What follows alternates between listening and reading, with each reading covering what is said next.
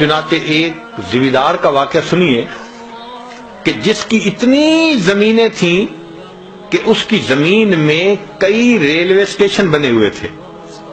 Rail چلتی تھی، ایک اسٹیشن پہ آتی تھی، پھر دوسرے ریلوے اسٹیشن پہ، پھر تیسرے پہ، اور یہ سب ریلوے اسٹیشن اس کی اپنی زمین میں تھے. ایک دن اپنے دوستوں کے ساتھ شہر کے چوک میں کھڑا گفتگو کر رہا ہے تو دوست نے کہا کہ آج کل بس تنگی ہے مال کی اور میں بہت پریشان ہوں. تو اس نے تکبر سے ایک بات کی کہ یار تم پریشان رہتے ہو کہ آئے گا کہاں پہ، اور میری یہ حالت ہے کہ میں پریشان رہتا ہوں لگاؤں گا کہاں پہ. تکبر، عجب. اور میری تو 40 نسلوں کو بھی پرواہ نہیں ہے. جب اس نے یہ تکبر کے الفاظ بولے اللہ نے اس کو اپنی پکڑ میں لے لیا. ہوا کیا؟ اب بزنس پہ نقصان سے نقصان، نقصان پہ نقصان، پیسے جانے شروع ہو گئے. ساتھ بیمار ہو گیا اور بیمار ہونے کے بعد 6 مہینے کے اندر یہ دنیا سے رخصت ہو گیا. اس کا ایک ہی بیٹا تھا، 17-18 سال اس کی عمر تھی لڑکے کی. ساری دولت، ساری زمین اس کے وراثت میں آ گئی.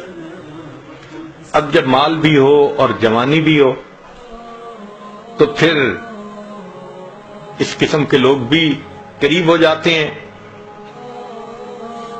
جو شراب اور شباب والے ہوں. چنانچہ اس کو انہوں نے برے رستے پہ ڈال دیا.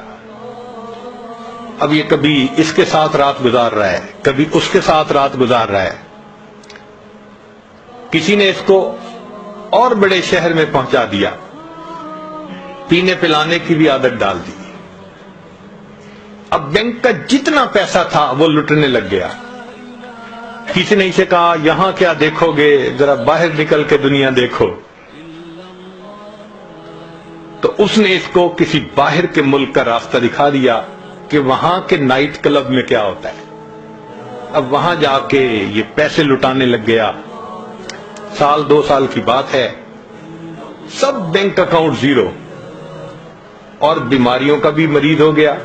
جب روز عیاشی کرنی ہے اور متعدد بار کرنی ہے تو نتیجہ کیا ہوگا؟ بیماریاں. نوجوان بچہ ہے مگر بیمار. اب زمینیں بچ گئیں، یہ کیا کرتا؟ زمین کا ٹکڑا بیچتا، جو پیسے ملتے پھر باہر کا ٹرپ لگاتا، پھر آ کے زمین کا اگلا ٹکڑا بیچتا.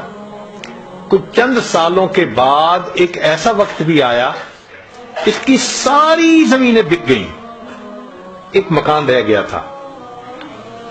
پھر یہ اپنے نشے سے نہیں رہ سکتا تھا، پیسے کی ضرورت تھی. ایک وقت آیا اس نے اپنا ذاتی مکان بھی بیچ دیا.